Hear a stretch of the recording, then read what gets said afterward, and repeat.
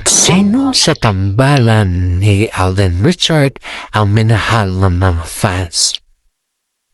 Ayon dito sa ating legit na sources guys ha, ang dalawang tambalan ni Alden Richard na pinakatumatak at labis na minahal ng mga tagahanga ay sina Maine Mendoza at saka si Catherine Bernardo.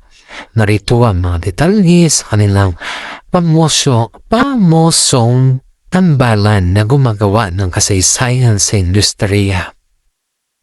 Maine Mendoza, Aldab, paano nagsimula guys? Insidenteng nabuo noong 2015 sa kalyeseryeng segment ng Moontime Show sa Itbulaga. Bakit minahal ng fans? Sila ang itinuturing na phenomenal love team dahil sa kanilang natural na kulitan, paggamit ng Bob Smash at tapat na suporta ng fandom. Karangalan, hawak nila ang pandaigdigang record sa Twitter, X para sa hashtag na Aldab tamang panahon. Noong 2015 na nakakahula ng mahigit 41 million tweets loob at laman ng isang araw. Nagbida rin sila sa mga patok na palabas tuwing pelikulang Imagine You and Me. Catherine Bernardo, Kat din. Paano nagsimula guys? Nabuo ang kanilang tambalan sa labas na kanilang tradisyonal na mga home network para sa blockbuster film Hello Love Again and Hello Love Goodbye noong 2019. Bakit minahal ng fans guys? Nagpapakita sila ng mga napakatinding maturity at on-screen chemistry bilang mga overseas Filipino workers sa Hong Kong.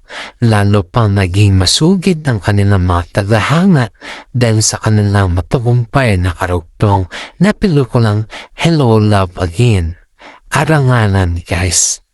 Dahil sa labis na suporta ng publiko, kinikilala ang kanilang tambalan bilang isa sa mga pinakasikat at na pinakamataas na kinitang tambalan sa kasaysayan ng pelikulang Pilipino guys. At bago natin tapusin yung ating updates for today guys, is shout out muna tayo sa mga senior citizen dyan na palaging nanonood sa ating updates. And for more updates guys, please watch the full video also, share, comment, at mas maganda siguro guys kung panoorin hanggang buo yung ating video. For more updates about sa tambalan Katin, tambalan ng Kimpo, tambalan ng Katniel, at Top Mark, tambalan ng Kat Mark at iba pang showbiz ganap, please follow us.